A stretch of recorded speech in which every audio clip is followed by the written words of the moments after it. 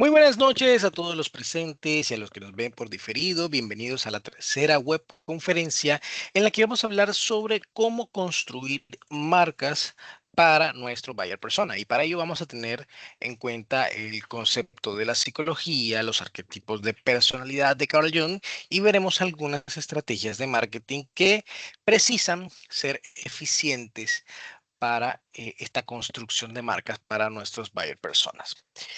Dicho esto, tenemos esta presentación eh, trabajada acá para todos nosotros y empezamos con nuestros puntos. Miremos aquí el concepto de nuestro buyer persona, por ejemplo. Tenemos el buyer persona y este es un concepto recurrente que hemos tenido a lo largo del curso y es que este personaje que nosotros creamos para eh, hacerles toda la experiencia de aprendizaje, todo este personaje que creamos también para eh, hacer la estrategia de comunicación. Es importante porque si bien yo lo he dicho varias veces, si bien es un personaje semificticio, es mucho más fácil eh, cuando tú tienes a alguien en mente. Crear mensajes, es mucho más fácil pensar un storytelling, por ejemplo, es mucho más fácil diseñar un producto a que no tengas a nadie en mente. Entonces, el buyer persona es ese objetivo que vamos a buscar, es esa creación que vamos a validar en el mercado a partir de la construcción de un perfil, a partir de lo que hemos identificado, por ejemplo, en todas las técnicas de recolección de información cuando hacemos investigación de mercado, cuando de pronto estamos haciendo pesquisas en la web o en las redes sociales. Eso también aplica porque, digamos, son creaciones que no salen de la imaginación, sino que pues, las tomamos de información real, de información veraz que viene, repito, de procesos de haber hecho grupos focales, de hacer análisis en encuestas, haber hecho investigación por internet, por ejemplo, en canales digitales, etcétera, etcétera, etcétera. Entonces, repasando un poco esas nociones, recordemos que el proceso de creación para eh, digamos, una identidad de marca para nuestro buyer persona o la construcción de una marca para nuestro buyer persona, parte de la identidad. La identidad es un elemento supremamente importante en nuestra actualidad porque la identidad define los valores que tiene la marca, define la misión y la visión que persigue. Cada cosa que yo planteo, cada mensaje, cada promoción, cada diseño, propuesta económica, llámese promoción, llámese rebaja, llámese encuesta, todo lo que yo haga debe ir en coherencia con eso que nosotros conocemos como la identidad. La identidad hoy en día juega un papel muy importante porque es el valor existencial que le damos a las cosas. Nosotros nos identificamos con marcas, no por digamos, el valor económico que aporten, sino por el valor de identidad que ofrecen. Entonces, nosotros, más allá de la funcionalidad, también nos sentimos cómodos en un sentido existencial con las marcas porque aportan a nuestro sentido del ser, de lo que nos gusta, lo que no nos gusta. Muchas veces nos sentimos identificados con la ropa que tenemos, con el carro que montamos, con la casa que compramos, con los productos que utilizamos. Entonces, de ahí importante definir primero que nada una identidad. Luego, esa identidad se va a ver potencializada con un arquetipo de personalidad que ya veremos más adelante de qué se trata. Lo que puedo ir diciendo, digamos, para introducirlos en este tema, es que el arquetipo es, digamos, un imaginario colectivo que ya se tiene hace rato, o sea, un rol, un papel que alguien desempeña y que en la mente de todos nosotros existe. Em, y obviamente a eso se le añade un mensaje, una comunicación, es decir, se construye un discurso, se construye una narrativa a partir de ese arquetipo y de esa identidad que pretendíamos generar.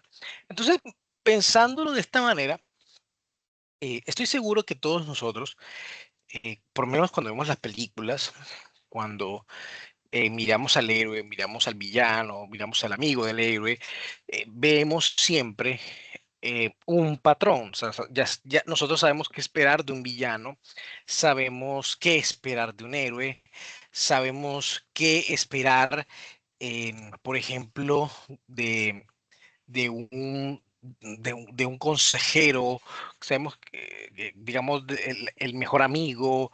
eh, son, digamos, em, memorias colectivas, todos los tenemos. En las historias, en las novelas, ya uno sabe qué esperar de ellos.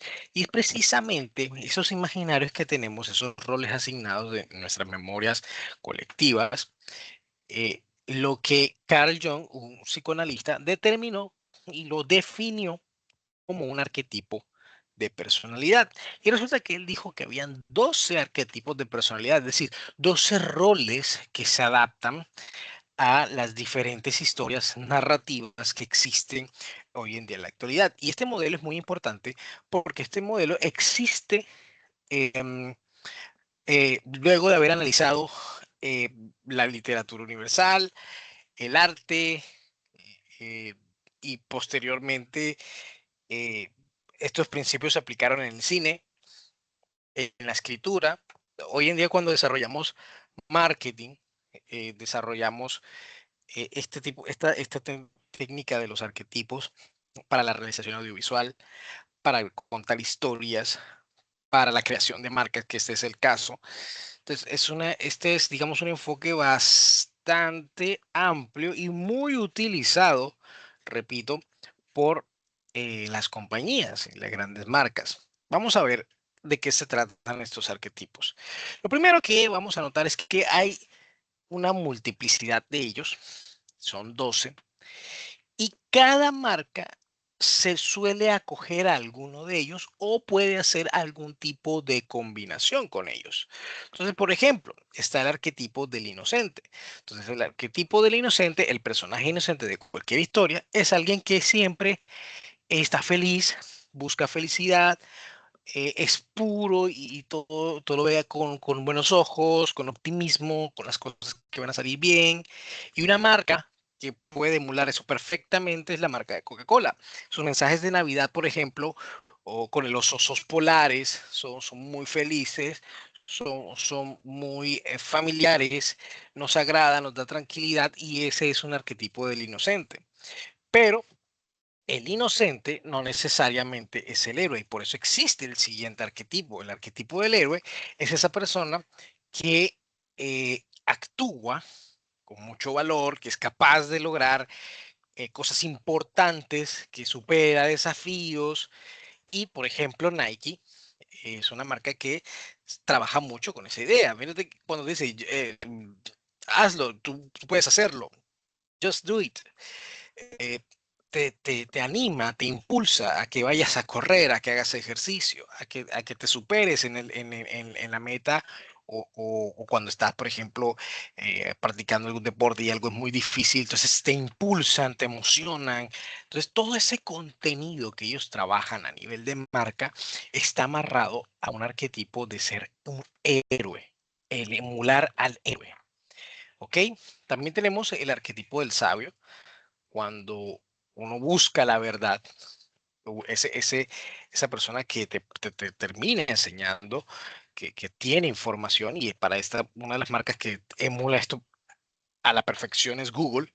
Entonces, antes de que tuviéramos a ChatGPT, hoy tuviéramos todas las días, a uno le decían, vaya y consulte en Google. Google, ¿qué sabe? Y uno ya lo tenía en la mente. Y había más buscadores, siempre han habido otros buscadores, pero Google supo encarar, perdón, encarar no, encarnar, ser el estandarte de los buscadores. ¿Por qué? Porque no solamente trabajó por su funcionalidad, sino que en su posicionamiento de marca se vendió con este arquetipo del sabio. Y por eso todo el mundo decía, búscalo en Google. Fíjate la importancia de cómo influyen los mensajes a través de los arquetipos que emulamos. También está el explorador.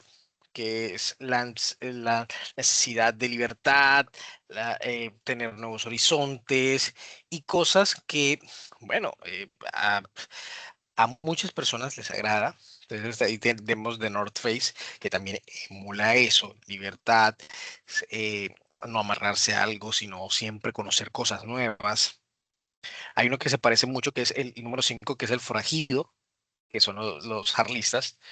Esa es otra marca por excelencia que muestra el forajido, el que es, digamos, rebelde, que es, sí, muy dado a no quedarse en el statu quo, sino como que no solamente explorar, sino cuestionar las cosas.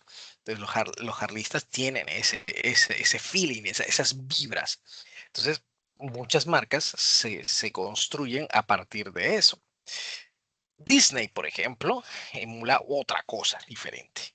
Disney se enfoca más a la magia. Entonces, tú ves una intro de una película de Disney, siempre va a salir la magia de Disney, porque eso es lo que busca, la magia del cine, la magia de la experiencia, la magia de sus historias, de sus personajes, el componente mágico.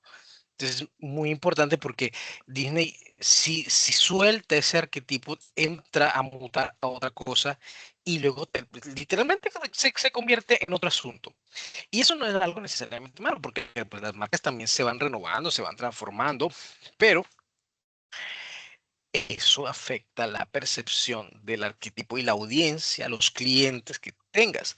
Entonces, ahí con lo que uno al final debe tener cuidado es que si tú transformas y, por ejemplo, quieres emular nuevos arquetipos, quieres dar otra imagen, quieres hacer un rebrandeo, por ejemplo, tienes que concentrarte e identificar cuáles son las características que harán que conecte tu nuevo arquetipo con tu audiencia, que puede ser un choque fuerte con lo que la gente espera y está acostumbrada y quiere recibir de ti a la nueva oferta que tú tienes. Sobre todo cuando las ofertas atrapan a cierto público, pero no es tan significativo como el que estaba actualmente. Entonces son cosas que uno toca evaluarlas mientras uno va creando este tipo de propuestas. Por otra parte, también tenemos el hombre común, el hombre funcional, el hombre tranquilo, y que marca eso, cosas para el hogar, autenticidad, pertinencia, cercanía, pues, no es una cosa así como que el explorador el que rompe las reglas, el superhéroe, no, gente se común y corriente. Hasta eso también queremos, funcionalidad. El amante, por ejemplo, ya el que inspira la pasión, la intimidad, una conexión sensorial. Entonces ahí tenemos Chanel, por ejemplo.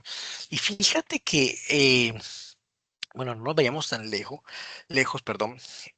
La paleta Bolet genera, cuando en parte de comerciales por mucho tiempo, se dedicó a eso, a hacer experiencias sensoriales. Tanto así que te decían en sus comerciales, la mejor forma de caer en la tentación, perdón, la mejor forma de superar o evadir una tentación es caer en ella. Y eso eran mensajes muy sensuales. O por ejemplo, cuando se comía la persona la paleta, el gemido, el suspiro al comer la paleta era muy sensual porque enfocaban ese tipo de arquetipos. De ahí que tú veas que muchos comerciales tienen contenido sexualizado o erótico y no es de gratis. Es porque es un arquetipo que están emulando y eso al final termina conectando con ciertas audiencias. También tenemos los que son divertidos, como el bufón, todo lo que es el contenido de humor. O sea, no todas son serias. También hay marcas divertidas como los M&M, que se hicieron famosos por su contenido de humor. Están los cuidadores, que se preocupan por tu bienestar, se preocupan por tu salud, se preocupan por ser inclusivos o tener empatía. Y una marca que emula este valor excelentemente es la marca Dove. O sea, son productos de cuidado, de aseo, pero que son para tu cuidado. Y de hecho crean mensajes y narrativas a partir de esos cuidados. Son bastante potentes, bastante efectivos y muy dicientes, porque al final tratan siempre de tocar la sensibilidad de sus clientes, de sus consumidores, para poder lograr esa conexión emocional. Porque después de una conexión emocional, entonces las ventas van a llegar. Ese es el principio cuando creas este tipo de cosas. También tenemos el creador, que esto tiene que ver más con la innovación, con estar de punta, que puede confundirse un poco con el sabio, pero el creador es más innovación, más cosas modernas. Yo puedo saber muchas cosas, pero no necesariamente ser moderno. Por ejemplo, yo tengo un canal en diferentes plataformas de YouTube, Instagram, TikTok, y yo me dedico a contar mitos, eh, bueno, de varias culturas. En este momento estoy contando mitos griegos y yo cuento mitos. Entonces, ahí mi cuenta de Profe Carlos, por ejemplo, tiene una particularidad, es que cuento historias y estoy emulando a un sabio. Sin embargo, no soy innovador en absolutamente nada porque estas historias son antiguas, que nos gustan, bueno, que ahí tiene un público que le guste. No obstante, no necesariamente es innovador, no necesariamente es algo nuevo. Apple encarna la innovación, lo novedoso. Por eso a ellos no les interesa eh, ser los más altamente tecnológicos posibles, aunque eso es algo que da la mano, porque ellos lo que tratan es de venderte un ecosistema, una originalidad, un estatus, y eso no necesariamente se hace con un sabio, sino con un creador.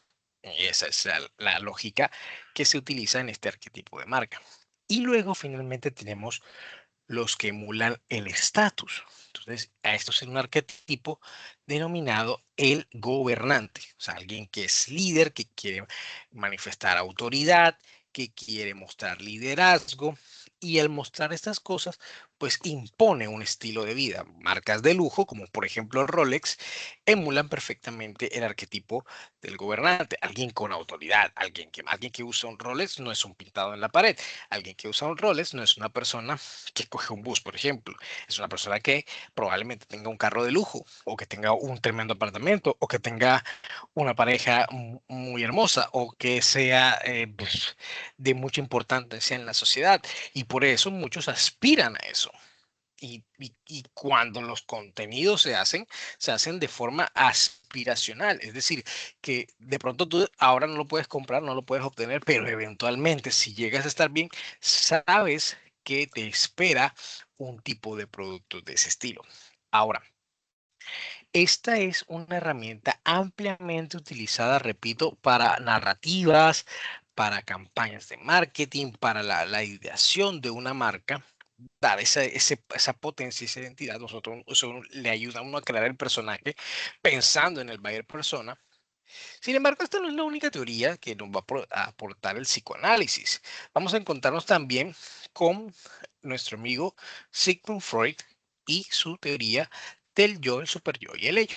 O sea, la psique, el alma humana o la mente se compone, según Freud, de estas, por decirlo así, capas. Y estas capas eh, nos muestran a nosotros diferentes espectros de la realidad del ser humano, que inclusive combinan mucho con la teoría de los tres cerebros que vimos en una de nuestras conferencias sobre neuromarketing. Pega muy bien, pero esto es mucho antes de lo que de que las neurociencias pues confirmaron un poco esto. Eh, Resulta que para Sigmund Freud nosotros tenemos tres, como tres, si fuera, como si fuera tres entidades o tres capas de nosotros mismos, donde está el yo, el super yo y el ello. Resulta que el yo es la parte del alma humana, de la psique, que actúa como mediador entre el ello y el super yo. Entonces, ¿qué es el ello y qué es el super yo? Resulta que nosotros nos debatimos entre nuestros deseos más reprimidos, nuestros impulsos más básicos, y vamos a decirlo así, primitivos, y el super yo son todas las normas sociales y todas las cosas que racionalmente nos han dicho, ya sea por costumbre, por cultura, por ciencia, inclusive si es posible, decir lo que es correcto y lo que se debe hacer. Entonces el yo es como que esa parte que está constantemente debatiéndose en si seguir estos impulsos que me da el ello y luego está lo que la sociedad me dice. Entonces yo me debato en eso. Entonces, esto se va desarrollando a lo largo del tiempo y bueno, uno en la relación que tenga con el mundo y las personas va dándole esa gestión. Ahora, ¿por qué decimos esto? Por qué enseñamos esto? Porque resulta que los seres humanos en nuestras comunicaciones y lo que debatimos, compartimos diariamente, nos dejamos llevar, sea por el ello o sea por el super yo. El super yo, repito, nuestra parte moral, nuestros valores éticos, lo que socialmente es aceptado como correcto, y el ello, esos instintos básicos. Entonces resulta que uno tiene una conciencia y esa conciencia nos acusa o nos hace sentir bien, nos da como un ideal de personas y a partir de esas disputas es que nosotros creamos contenidos aspiracionales que nos, digamos, inspiran a, sí, a ser mejores o a tener más dinero para alcanzar esas cosas o a esforzarnos por conseguirlas porque eso también nos da cierto estatus. Total que eh, esa interacción que tenemos, el marketing lo sabe aprovechar.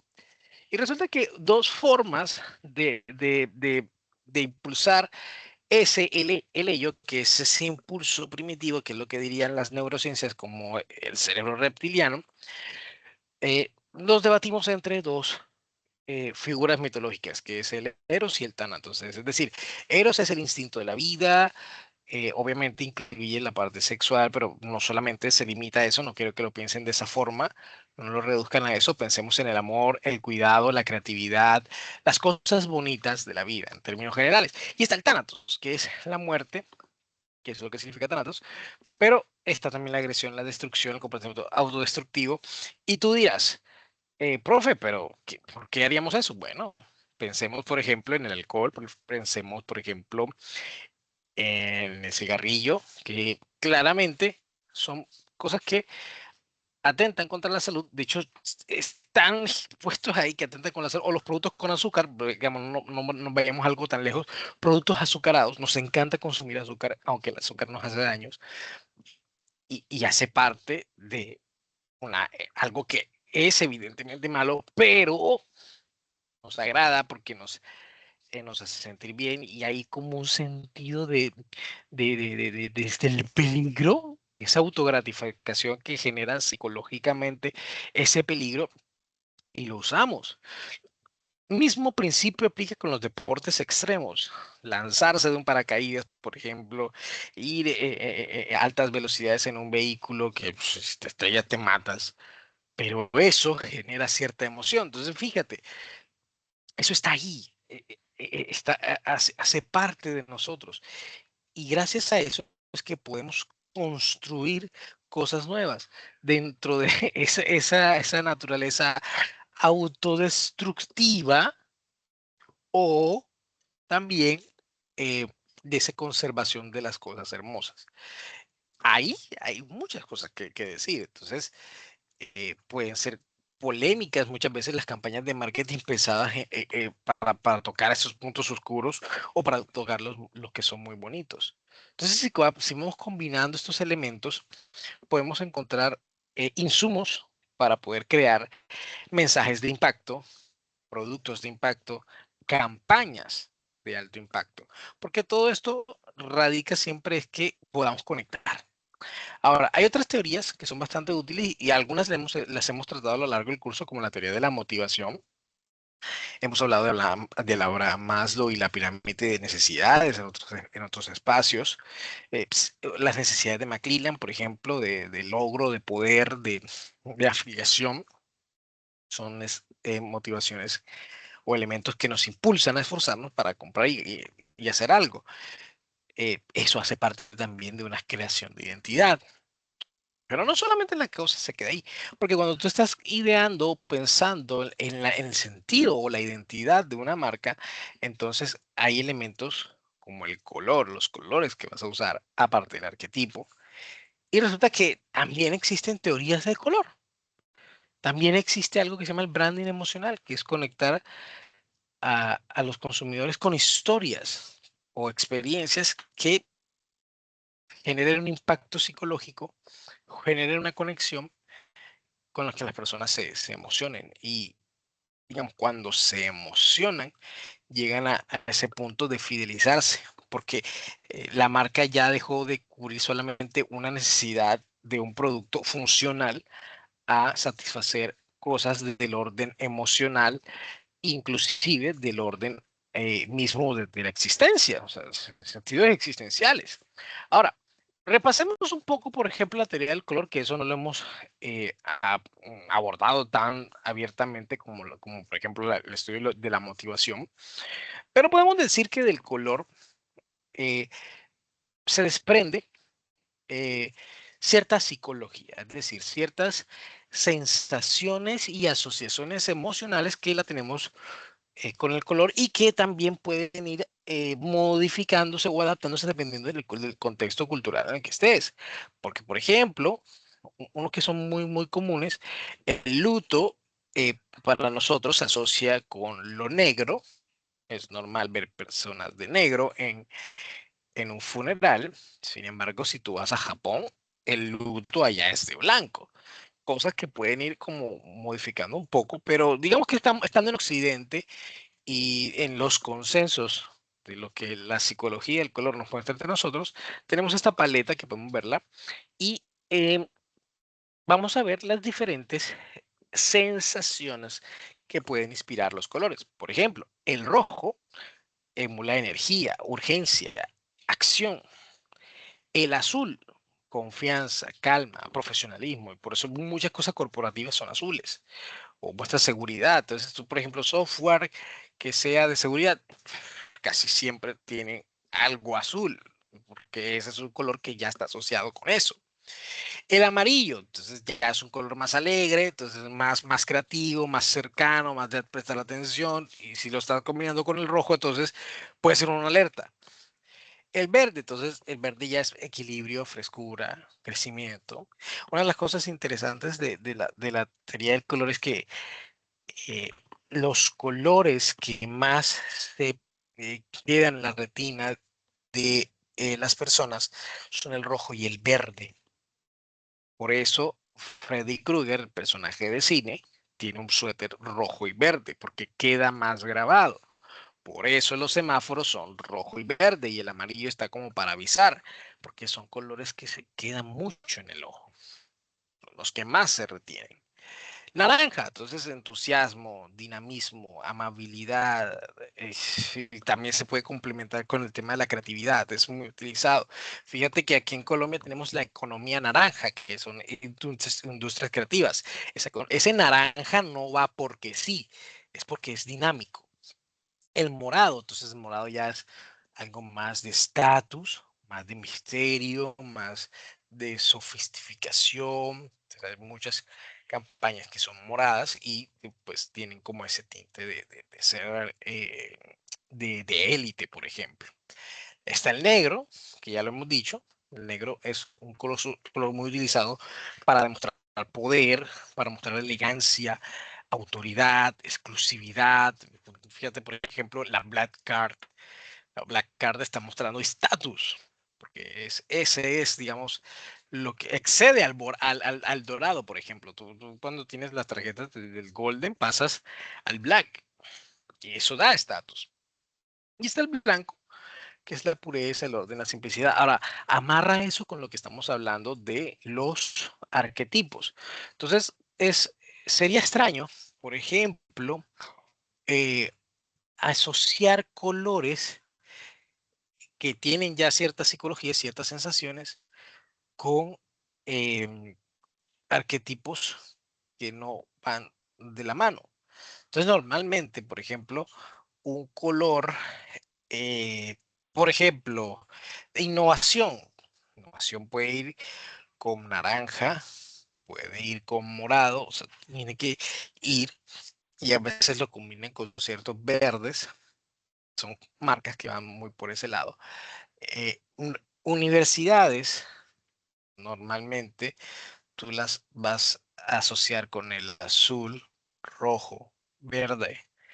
Son colores que son muy trabajados a nivel universitario. Las empresas trabajan mucho el azul porque es un profesionalismo y así sucesivamente. Cosas de lujo por lo general van de negro. Entonces, lo vas amarrando con tu producto y ya tú te vas haciendo idea de cómo ir construyendo tu marca. Esa es, digamos, la magia y la potencia que tiene la teoría del color. Ahora, el otro punto es el branding emocional, que es básicamente contar historias que emocionen. Eso es digamos, reduciéndolo un poco a lo que venimos hablando, es contar algo que nos emocione y que por lo tanto nos conecte. Porque cuando te emocionas con algo, haces como clic, ¿no? Ahí te estás haciendo eh, ese match emocional y eso pues se traduce en ventas, se traduce en fidelización, se traduce siempre en expectativa de que va a sacar la empresa o la marca. Entonces, una de las formas de cómo contar historias en las redes sociales es generando un enganche, un hook, que eso es algo que tienes que hacer en los primeros 3 segundos. Puede ser una pregunta, puede ser un dato impactante, puede ser un hook visual, algo como que alguien se cayó, ¡ay! Se cayó, o lanzaste un papel. En fin, cosas que rompan con la monotonía de lo que vienes mirando y te llegues a conectar. Hay muchas formas de hacer enganche y esos enganches pueden ser, bueno, no pueden, son determinantes a la hora de ver contenido, porque si tú no generas un contenido que llame o que capte la atención, puedes tener un mensaje muy potente, puedes tener el resto de cosas muy bien hechas, pero si no tienes el hook, que es lo que conecta inicialmente con las personas, no vas a llamar la atención. Entonces, después no vas a tener nada que retener ni nada que persuadir.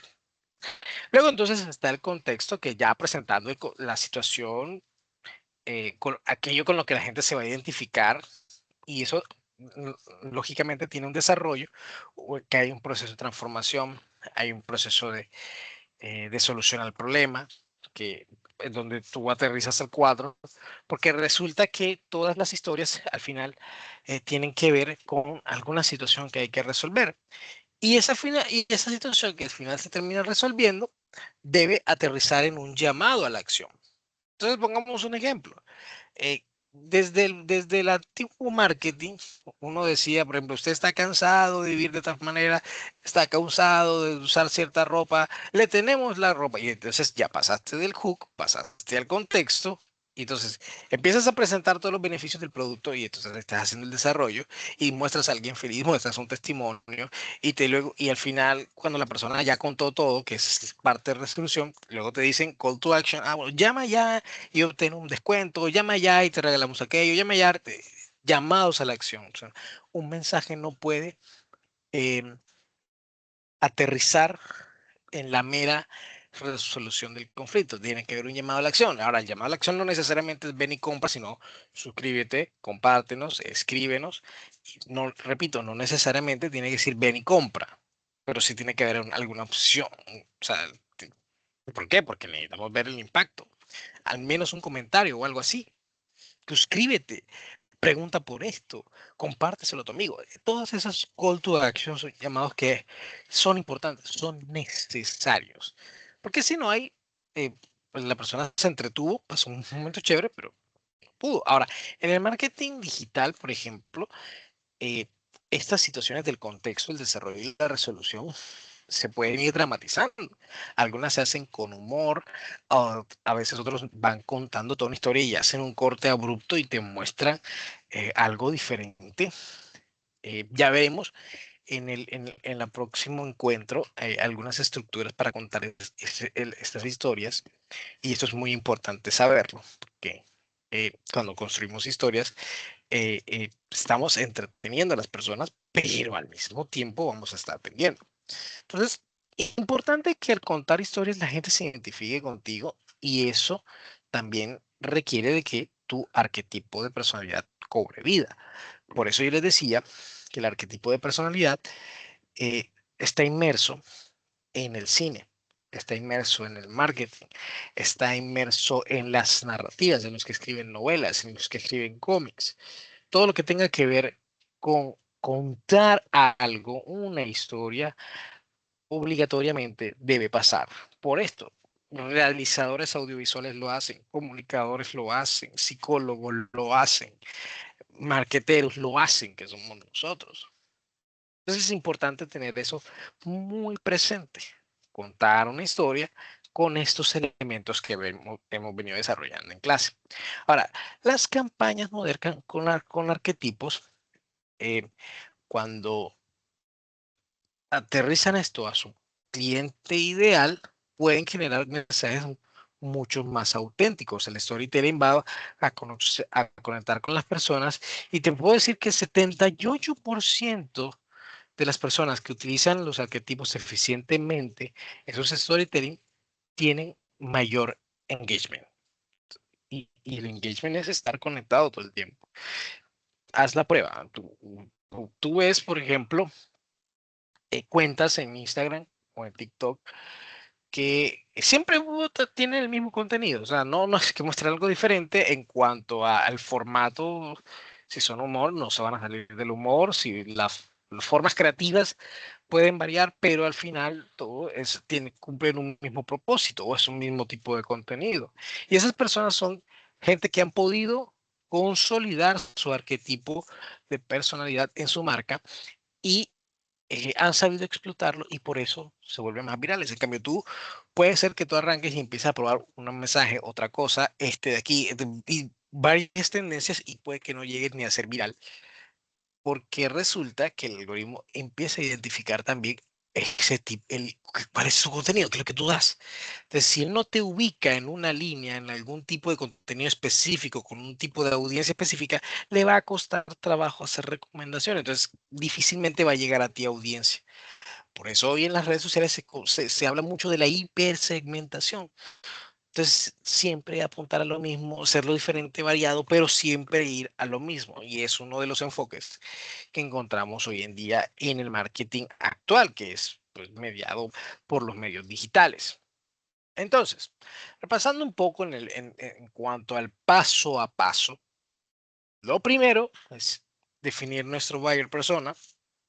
Este buyer persona, pues, eh, las fuentes de información pueden ser los datos de una investigación, pueden ser entrevistas o análisis de comportamientos, puede ser, bueno, para los espacios físicos a mí me encanta el cliente incógnito, que es alguien que está recogiendo información pero está viendo cómo se comporta todo. Y de ahí obtiene los rituales de compra, cómo la gente compra, pero eso también, digamos, con las redes sociales también se puede obtener, solo que ya no se tiene la experiencia presencial, sino los clics, donde la gente hace clic, qué es lo que más busca, cuál es la brecha. Por ejemplo, TikTok tiene una herramienta muy interesante en sus analíticas y es cuando eh, él te da a ti cosas que la gente está buscando y que casi no encuentra.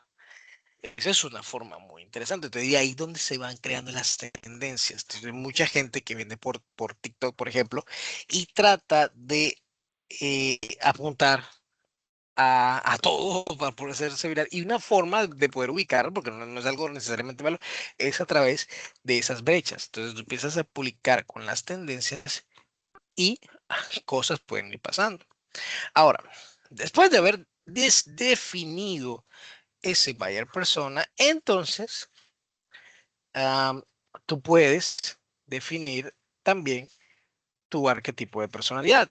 Entonces, claro, ahora ese arquetipo ya no solamente vas a decir que es el mago, es el héroe, no, vas a definir, listo, tanto ese rol que vas a asumir en la vida de los clientes, pero también un nombre que conecte, una paleta de colores que conecte, una tipografía que conecte, el tono de comunicación y que todo eso junto eh, te da una identidad de marca muy potente cuando tú lo sabes combinar con tu buyer persona. Entonces, es mucho más eficiente. No es algo que sea al azar o que esté, sí, vamos a decirlo así, improvisado. No, no se trata de que esté improvisado, se trata de que tenga coherencia. Y bueno, ya después viene, claro, el proceso administrativo de colocar indicadores, de mirar las ventas, de mirar el alcance, el engagement, la tasa de conversión, todos esos puntos que al final es lo que termina importando para la organización, que al final las ventas se puedan dar, pero es que para poder enfocarse a ese proceso de las ventas y poder apuntarle a ese proceso de cerrar vínculos de ingresos sostenidos en el tiempo para la organización, es necesario pasar por esta parte, que la gente se comunique. Algo que tú vas a ver en los países más desarrollados, en los países sí, de mayor crecimiento económico, es que son países que se enfocan en crear marcas sólidas, no solamente productos buenos, marcas sólidas, marcas fuertes, marcas que quedan en el imaginario de las personas, marcas que generan fidelidad, que hacen que la gente quiera comprar. Entonces, de ahí por eso es que estamos hablando de esto, porque sin una marca, el elemento existencial, el elemento que le da sentido a las cosas, con el que uno se identifica, eh, es esencial para las compras, para que uno pueda fidelizarse. Porque hoy en día existe una alta competencia con productos buenos, competencias durísimas por eficiencia en cuanto a funciones y precios, pero lo que sí no se puede improvisar o lo que no pueden competir son las identidades, porque las marcas hablan diferentes. Las marcas generan discursos distintos, mensajes distintos. Pepsi es diferente a Coca-Cola y cada uno tiene su gente, ¿ves? Google es diferente de Facebook, son diferentes. Apple es diferente de Samsung. Son productos que tienen su gente, que han construido y generado marca, ya con tradición, con más trayectoria, más tiempo. Y por eso quiero que aterricemos en este modelo. Vean, aquí tenemos las decisiones de compra. Hablando un poco de todo esto de lo que estamos mencionando de los arquetipos, estas decisiones de compra, en última instancia, son producto de dos tipos de variables internas y variables externas. Dentro de la mente del consumidor, la mente de la persona que va a comprar o que está viendo su celular y ve algún tipo de mensaje publicitario en redes sociales, tiene motivaciones, tiene aprendizajes, cosas que sabe que son buenas, que son malas, cosas bueno, lo que tenga en su mente de información es lo que consideramos su aprendizaje. Pero no solamente tiene motivaciones y tiene aprendizajes, también tiene creencias, tiene actitudes, tiene sentimientos hacia X o Y, tiene percepciones. Y todo eso eh, se puede reflejar en el comportamiento de la persona y eso nos habla de una personalidad y un estilo de vida. La personalidad y el estilo de vida de las personas recogen todo eso que llamábamos motivación, todo eso que la gente obtiene, sus vivencias, sus historias de vida, sus deseos, todo eso hace parte de lo que la persona quiere en su interior, pero resulta que uno no se queda solo con lo que está en el interior, uno también tiene estímulos exteriores. ¿Cuáles son esos estímulos exteriores? La cultura y la subcultura. Nosotros, por ejemplo, estamos en Colombia, pero hay miles de subculturas, ya sea porque son subculturas que nacen en nuestra tierra por grupos sociales o porque vienen de otras subculturas de otras partes, porque gracias a la globalización todo esto se combina.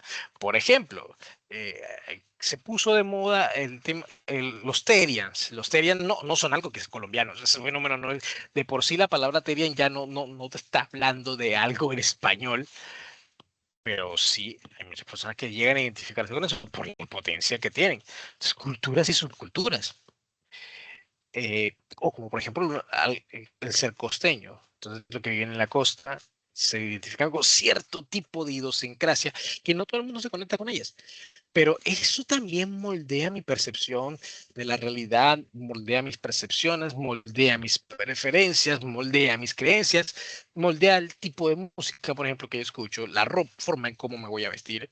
Es eh, un solo elemento, porque también nos tenemos los grupos de referencia. Los grupos de referencia es a quienes seguimos, a quienes buscamos. Entonces, si yo busco a Cristiano Ronaldo, él para mí es un elemento de referencia. Y la vez que, por ejemplo, cuando estaba, le ofrecieron una vez una Coca-Cola y no la rechazó, no se lo tomó y pidió agua, eso tuvo un impacto enorme en Coca-Cola y en muchas personas que empezaron a considerar no tomar Coca-Cola. ¿Ves? Eso impacta, eso es más potente que leerse cualquier artículo sobre los efectos nocivos de la Coca-Cola. Ver a Cristiano Ronaldo rechazar una Coca-Cola. Entonces, vemos que son elementos que influyen de manera muy potente en las personas. Otro ejemplo de esto son las clases sociales. No es lo mismo vivir en un estrato 7 que vivir en un estrato 1 o 2. Los estilos de vida son distintos, las expectativas son distintas, la autoconfianza es distinta. Alguien que tiene seguro, eh, su desayuno, almuerzo, cena, merienda, paseo y todo lo demás, no se va a comportar igual que alguien que tiene que salir todos los días al conseguirse la comida o conseguir el sustento diario. Los patrones de comportamiento, las narrativas con las que se va a sentir mejor son muy distintas. Obviamente ahí también entra la familia y entra todo el contexto económico y tecnológico que influye hoy en día. Entonces, hay decisiones que nosotros definitivamente podemos tomar, otras que no podemos tomar en cuanto a ciertos consumos de ciertos productos. Pero no todo, y esto es algo que es importante tenerlo claro, tenerlo interiorizado inclusive, y es que nosotros como marcas pensadas en los buyer personas, debemos saber explotar todo. De ahí la importancia de crear mensajes. Y creo que vamos a cerrar con el curso, en el último encuentro en el CIPAS, sobre esto, ¿no? Cómo se generan y tenemos mensajes, historias, narrativas, estrategia comunicacional que hacen que los buyer personas se conecten, que es lo que al final queremos, nuestra audiencia. Entonces, mira todo el proceso que implica crear la identidad, porque la identidad ah, es el alma del producto. La funcionalidad te la da el producto para lo que sirve, pero hay un alma, hay una personalidad, hay una voz. Y eso es lo que nosotros al final pretendemos construir en nuestras empresas, en emprendimientos o nuestros productos, en nuestras marcas. Si nosotros somos capaces de darle un alma, una personalidad a nuestros productos o a lo que ofrecemos, o por ejemplo, a nuestros servicios, porque también puedes hacerse servicios, o si por ejemplo te dedicas a ser influencer, por ejemplo, a ser TikToker, a ser YouTuber, un Instagramer, eso también, porque eso ahora también es una profesión. Entonces, ¿qué arquetipo estás emulando? ¿Qué arquetipo estás representando? Entonces, claves para el éxito en este punto es primero conocer esas motivaciones, o sea, esa persona, ese perfil debes tenerlo clarísimo y a lo largo de todo el curso lo hemos estado marcando. Luego vas a usar los arquetipos de Carl Jung para humanizar la marca, para que haya una conexión auténtica. Y luego aplica estas teorías que hemos estado estudiando uy, se fue, perdón. Estas teorías que han estado presentes con nosotros para que nuestras campañas puedan fortalecerse en ese componente que es conectar. La conexión. La conexión es supremamente importante. La conexión es lo que hace que tú quieras ver el siguiente reel, que quieras seguir la cuenta, que quieras comentar. Yo puedo ver algo entretenido y compartirlo, pero algo que realmente va con mis necesidades, yo lo voy a conectar, lo voy a compartir, lo voy a promocionar y si yo no compro, igual voy a terminar trayendo a alguien que compre porque me gusta ese contenido. Y si bien de pronto no tengo dinero ahora para comprar, terminaré comprando cuando tenga y eso lo entienden las marcas. Eso lo entienden.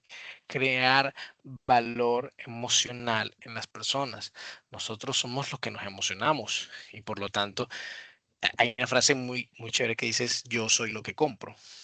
Y tiene mucho sentido, porque claro, cuando tú compras, tú estás reflejando parte de tus intereses, tus deseos, tus motivaciones, tu personalidad, tus aspiraciones de vida en lo que compras y en lo que consumes.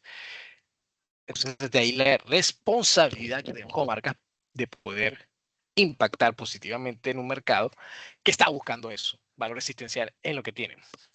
Muchas gracias, señores, damas y caballeros. Nos vemos entonces en la próxima.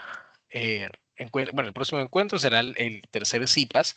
Y repito, en este tercer CIPAS vamos a tener las herramientas para poder generar narrativas pensadas en impactar y conectar emocionalmente con nuestros buyer personas y por lo tanto tener eh, la suficiente calidad creativa y estructural para generar campañas de impacto. Nos vemos en la próxima reunión.